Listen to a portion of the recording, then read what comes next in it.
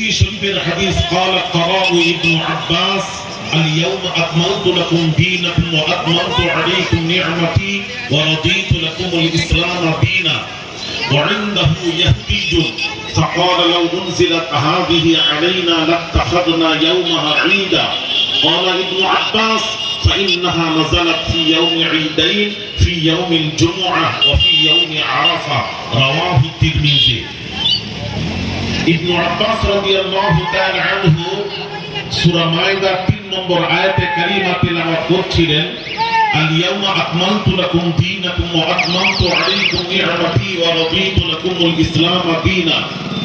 আল্লাহ দ্বীনকে পরিপূর্ণ করে দিয়েছেন আর নিয়ামতকে আল্লাহ পুরো তামাম করে দিয়েছেন। এই আয়াতটা যখন ইবনে আব্বাস রাদিয়াল্লাহু তাআলা আনহু যখন তেলাওয়াত করছিলেন وعنده يهودي পাশে এক ইহুদি বসেছিল।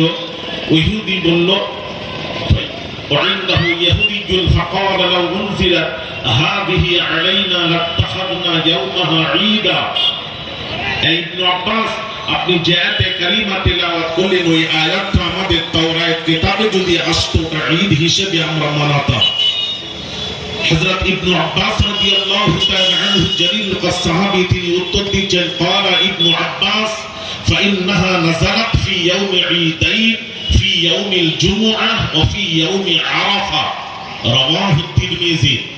ইবনে আব্বাস বলছেন এই আয়াতটা নাযিল হয়েছিল আরাফার দিন 9 জিলহিজ্জা আরাফার দিন। তো যেদিন নাযিল হয়েছিল আরাফার দিনটা আরাফার দিনে নাযিল হওয়ার কারণে আরাফার দিনটাও ঈদের দিন। আর যেদিন নাযিল হয়েছিল দিনটা ছিল জুমার দিন। সুতরাং আমাদের কাছে ওটা দুইটি ঈদ রয়েছে, আরাফার দিনও ঈদের দিন, জুমার দিনও ঈদের দিন। এবার আসুন, জুমার দিন ঈদ মানে কি? এটা বাংলাতে বলবেন খুশি। ওই খুশিটাকে আরবিতে যদি বলেন ঈদ, ঈদ হলো অর্থ হলো খুশি। এখন জুমার দিনটা আরাফার দিনটা জুমার দিনটা খুশির দিন কেন, ঈদের দিন কেন? একটু শুনুন, কেন উত্তরটা শুনুন।